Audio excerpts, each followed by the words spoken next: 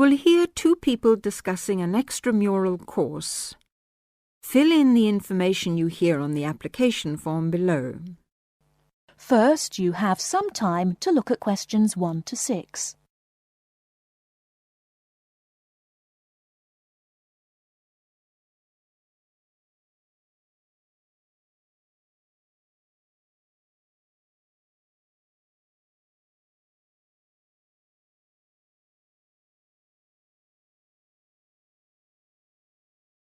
Now, here is the conversation.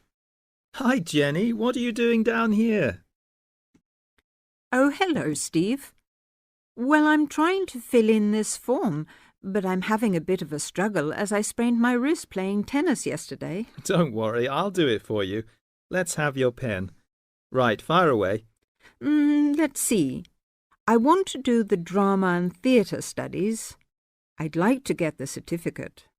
The course number is 60201. No, sorry, 202. It seems to be on Thursday at 7:30. Yes, well, we don't have to put all that down. Now, I suppose we can call you Miss? Don't be funny, and spell my name right. Well, if you'll have a name like Jenny McPherson, let's see, it's M-A-C. No, big M, small c, no A. Right, M-C-P-H-E-R-S-O-N. Yes, okay, and don't forget it's a capital P, McPherson. Now, what's your address? Well, I've just moved, so it's 6 Westway Avenue, Longford. Hang on, don't go so fast. 6 Westway Avenue where? Longford. What's next? Your phone number, daytime and evening. Well, I've only got one, as we can't have calls at school in the daytime, so put down the evening one. 605-4829. 4829, OK. And you're a teacher. How old are you? 29? Wish I were. No, 32. Before you hear the rest of the conversation, you have some time to look at questions 7 to 10.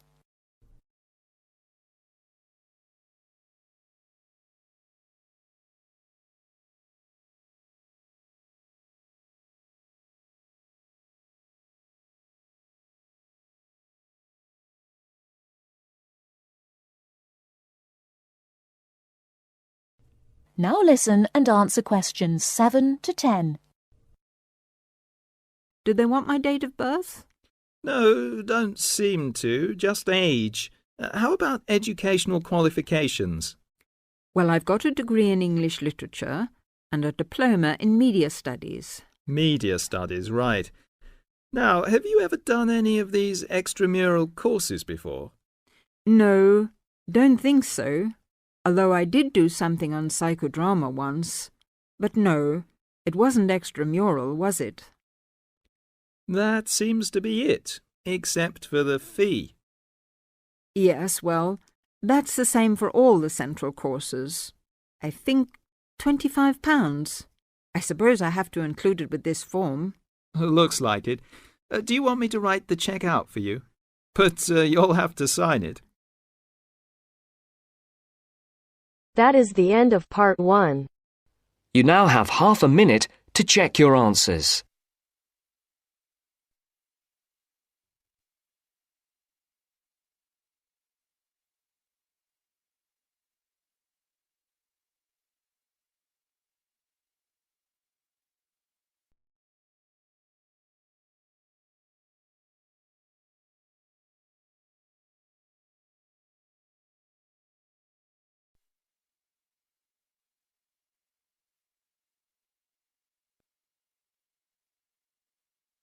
Now turns to part 2. Part 2. Zoe goes to talk to her academic advisor.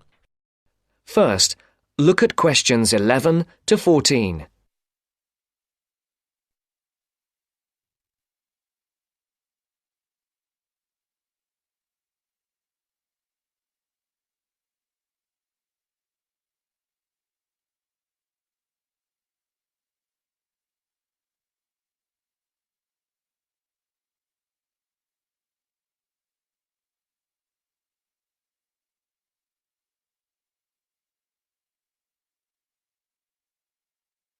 Listen carefully. How are you getting on, Zoe? Feeling at home yet? Well, more or less. There are still some things I need to buy, and I haven't found my way to all the facilities yet, but I really love the campus, and I've already made a few friends. Fantastic. Now let's see what we can do to get your studies off to the right start too. You're on the foundation course, so you can take up to 8 modules. What we advise is that you take 4 modules in the first semester and, assuming everything goes well, 4 in the second. Have you decided which you want to take in this semester? I haven't made my mind up yet. I can't decide whether to take Principles of Marketing or Introduction to International Trade. Well, that depends on your career goal.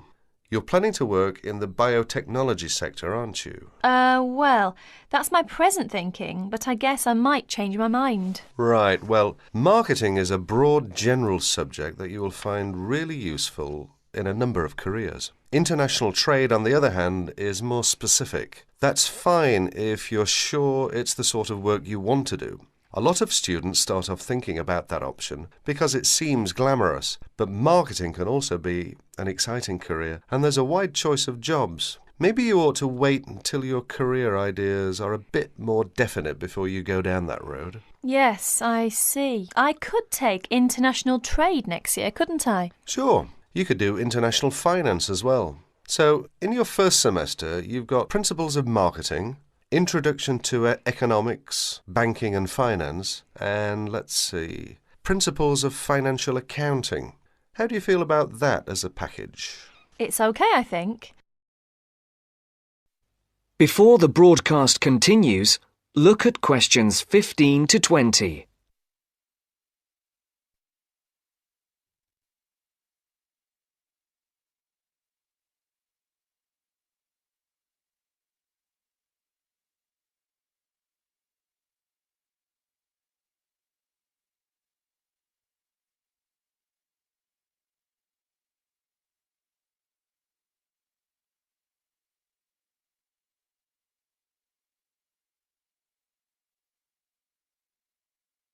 You will now listen to the second part of the talk. But I'm a bit worried about the maths. There'll be some statistics to do, won't there? Basic statistics, yes, but nothing more difficult than your last year of school maths. I know, but our maths syllabus was a bit old-fashioned. Mostly algebra, geometry, trigonometry and stuff, hardly any stats. Right, well, it sounds as if you could do with the maths brush-up course. Can I arrange for you to attend just the classes on statistics, if you like? That'd be great. I didn't want to do the whole of maths again, but the stats classes would make me feel much more confident, thanks. Hang on a minute, there's one more thing. Your English. Now, you know you have to reach a satisfactory standard in English by the end of your first year to be allowed to go on to the main BSc course. Yeah, now I'm in an English-speaking environment and I have to speak English all the time. I'm sure I'll be all right. It certainly helps, but speaking isn't everything. You'll have to get your reading up to the standards where you can understand the books on your course reading list quickly. To get the information and ideas, you need to write your essays. That means you have to develop a high level of comprehension skills. You'll never get through the course material if you try to read the books intensively from cover to cover. That's why our language skills development program gives you a series of graded academic texts to study and answer questions on a limited time. You'll probably find it hard at first, having to work against the clock without a dictionary. How can I improve my skimming and scanning skills? Good question. For that, you'll have to do a range of specially designed exercises. Sometimes these will be from a transparency, because it is often how the lecture material is presented. Sometimes I think I'll never learn all the vocabulary. English is such an enormous language. I know what you mean. English is the biggest language ever, at least 350,000 words. Even Winston Churchill only knew 60,000, so they say. But as an academic student, you can get a lot of help from the academic word list by Avril Coxhead of Victoria University. That's in Wellington, New Zealand. I've studied word lists, of course, but how does this one help? The academic word list is based on a survey of 3.5 million words of academic text. It contains 570 families of the words most commonly found in academic texts. Well, that's apart from the 2,000 most useful words in English. They come in a separate list. You can see copies of both in the library. You said word families. Do you mean words that are similar? In a way, yes. It means that all the different grammatical forms of a word are listed together, so you can see the nouns, verbs, adjectives, forms with prefixes and suffixes and so forth. It'll be clearer when you look at it. Anyway, Avril Coxhead gives you really great hints about how to learn the words, so it shouldn't be too daunting. The trouble is, I tend to forget the words I learn. Well, there are two ways you can tackle that. First, always try to learn the words in a context. Either learn a whole sentence using a word, or learn a phrase that the word typically comes in. We call phrases like that collocations. That's a new one on me. Collocations. I'd better make a note of it. You do that. You can find collocations in most modern dictionaries. Anyway, as I was saying, there's a second study aid I recommend for vocabulary learning. When you get an assignment, take a sheet of paper and write 4 headings. Words I can use, words I can recognise but can't use, words I'm not sure of, words I don't know. Don't bother with the simple words, of course. Then go back after 2 weeks and look at the list again. Can you move any of the words into a better column? That is the end of part 2. You now have half a minute to check your answers.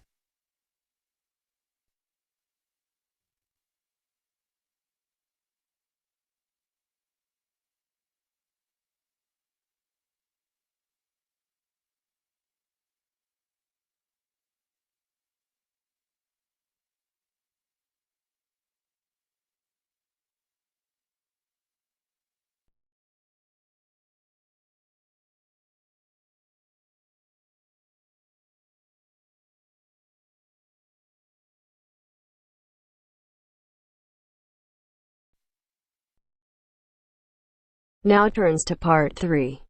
Part 3. You will hear 2 university students talking about a music course. First, look at questions 21 to 23.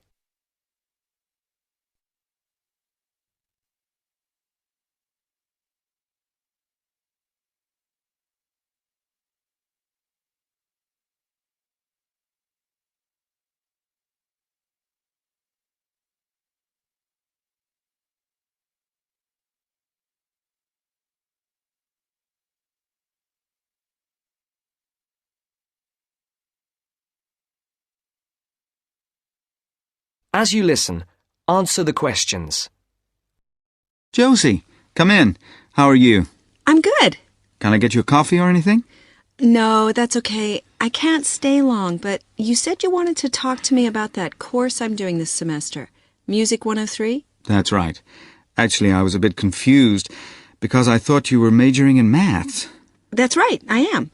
I'm doing 4 maths modules this year, but it's an optional course. You just choose it if you're interested, and you can do it whatever department you're in. Why? Are you thinking about doing it? Well, I'm not sure. What are the requirements? What? The course requirements. I mean, what do I need to know about music to be accepted on it? I do listen to a lot of music, everything from hip-hop and rap to classical. And I can sing, sort of. Well, for a start, one special thing about this course is that it's distance learning. You don't actually have to be at the university to do it, and you don't have lectures. So you've got to be able to work on your own without someone telling you what to do all the time. Oh? Oh. No, that should be okay, I reckon. I'm more worried about the actual musical stuff. Like, I don't know how to read music. That doesn't matter. They don't assume that. You'll learn as you go along. How's your maths? Not too bad. Right. Some of it's quite mathematical, so you really need to be strong there. But you play the violin, don't you? I don't play anything. You don't need to. What about computer skills? You're okay there? Yes, reasonably. Does that matter? Yes, I'd say they're essential. Like I said, it's all distance learning, so it's computer-based. Before the conversation continues, look at questions 24 to 30.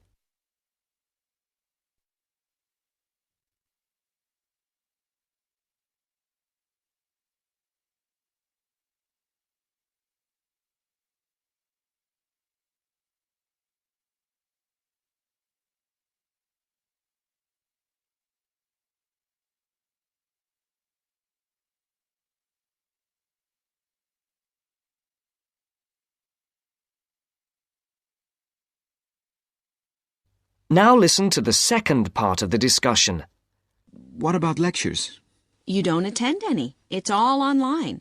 So lots of the students aren't here in Canada at all. They're studying from home all over the world.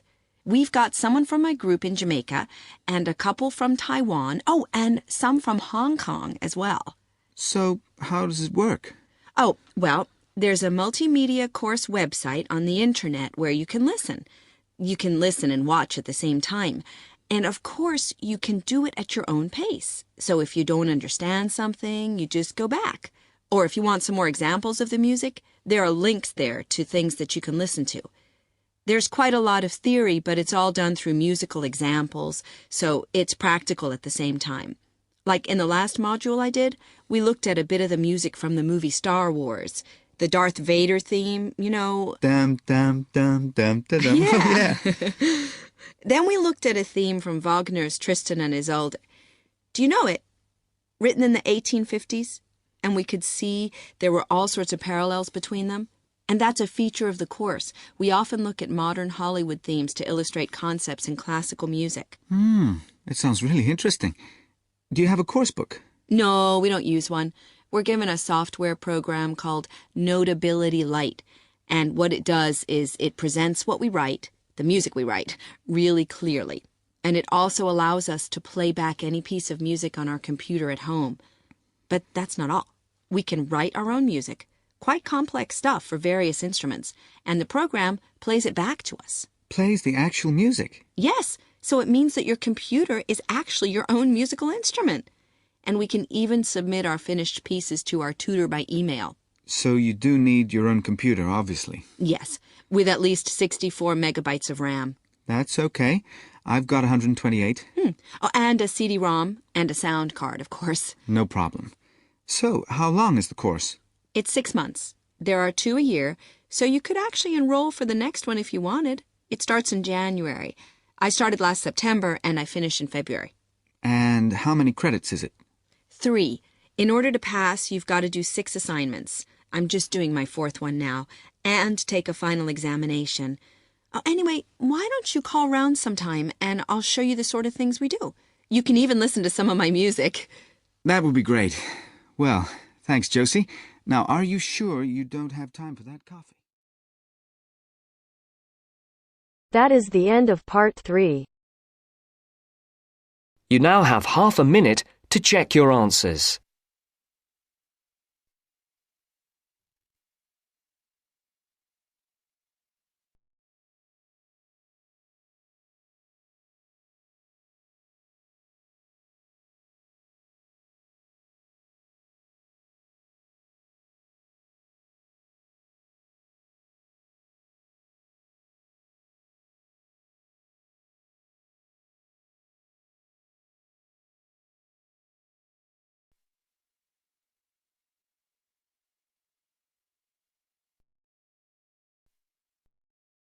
Now turns to part 4. Part 4. You will hear a talk about the pitfalls and pleasures of being a postgraduate student. Look at questions 32 to 37.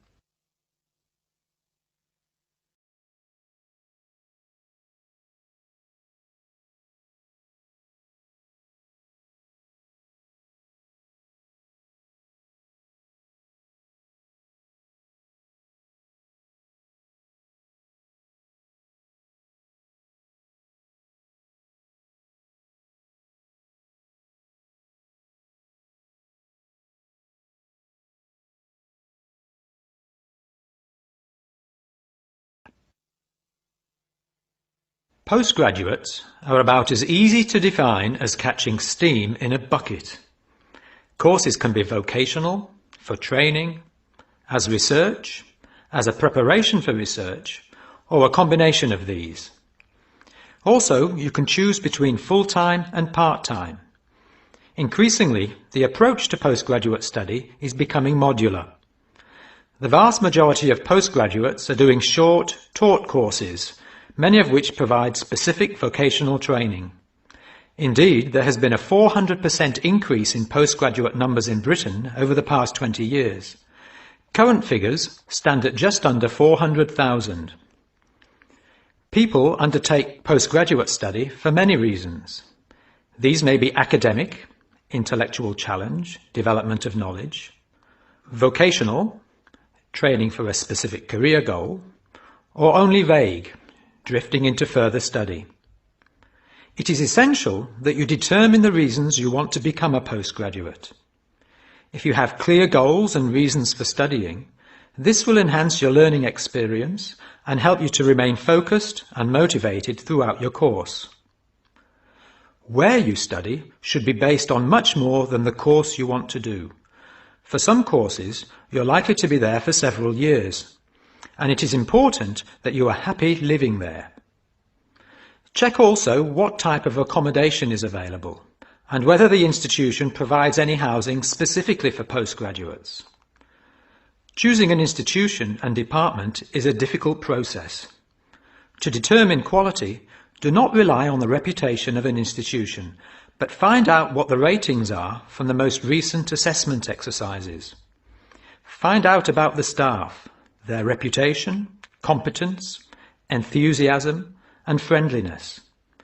Visit the department if possible, and talk to existing postgraduates about their experience, satisfaction, comments and complaints.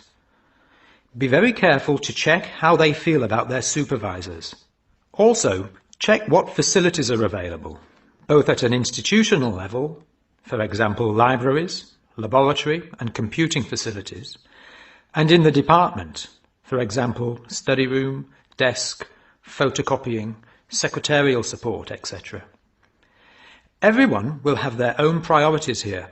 I am always anxious to check the computer support available and regard it as slightly more important than library access. Your working environment and the support available to you plays an essential part in making your work as a postgraduate a positive experience. Life as a postgraduate can be very different to your other experiences of education.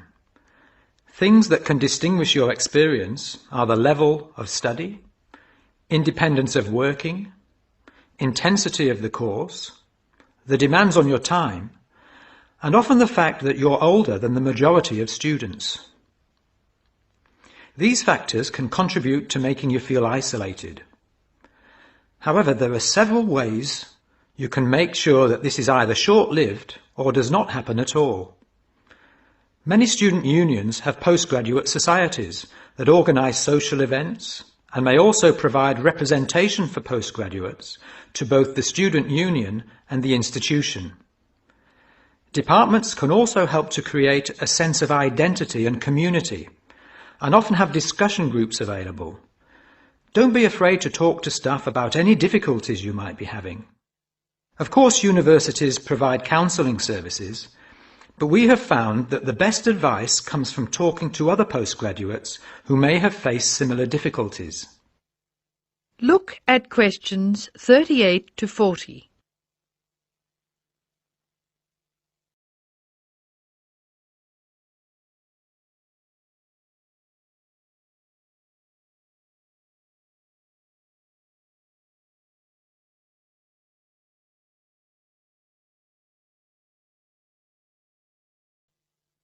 Financial planning is essential, since the government excludes postgraduates from student loans, and it can be difficult to maintain your student status with banks. This has implications for free banking and overdraft facilities. Do not underestimate your living costs, including food, accommodation and travel. And be careful not to budget for everything except a social life. Funding a course is one of the most challenging things people face when considering postgraduate study. Most postgraduate students finance themselves. They pay often very large fees to the institution and receive no maintenance income to support their study. Make sure you know exactly what your costs will be. Institutions often hide extra fees, like laboratory costs, behind the headline fee rate advertised. Funding can come from various sources: research councils, charities, trust funds, institutional scholarships, local education authorities, and professional bodies and organisations all offer various levels of funding. As I said before, the government excludes postgraduates from student loans, so it is essential you look to other sources. Career development loans are available from high street banks. The best advice on funding is to be proactive, persistent and patient. The postgraduate community in Britain is multinational, has a wide range of experience of life and work, and an exciting mix of goals, both career and academic. Being a postgraduate student should be a productive and fulfilling thing to do, and you will become part of a diverse and motivated social group. That is the end of part 4. You now have half a minute to check your answers.